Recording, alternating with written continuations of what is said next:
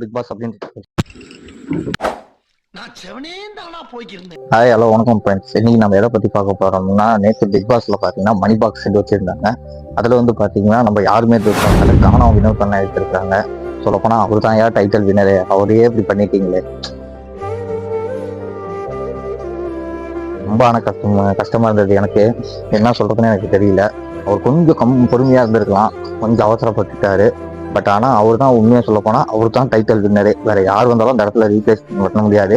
ஏன்னா எல்லா மக்களாகிய நம்ம எல்லாருமே சேர்ந்து அவர் மட்டும் தான் ஜெயிக்க போறாரு அப்படின்ற மாதிரி அந்த அளவுக்கு கான்பிடன்ஸா இருந்தோம். ஆனா கடைசியில ட்விஸ்ட் இப்படி மாதிரி நம்ம எதிர்பார்க்கவே இல்லைங்க.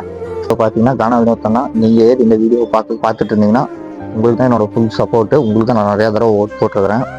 நீங்க ஜெயிச்ச மணியை வச்சு ரியல் லைஃப்ல கண்டிப்பா இதோட பெரிய வெற்றி அடைவீங்கன்ட்டு என்னோட மனமார்ந்த வாழ்த்துக்கள்னா. பிக் பாஸ் சீசன் 9 உங்களுக்கு பிடிச்ச கண்டஸ்டன்ட் யாருன்னு கீழே கமெண்ட் பண்ணிட்டு போங்க.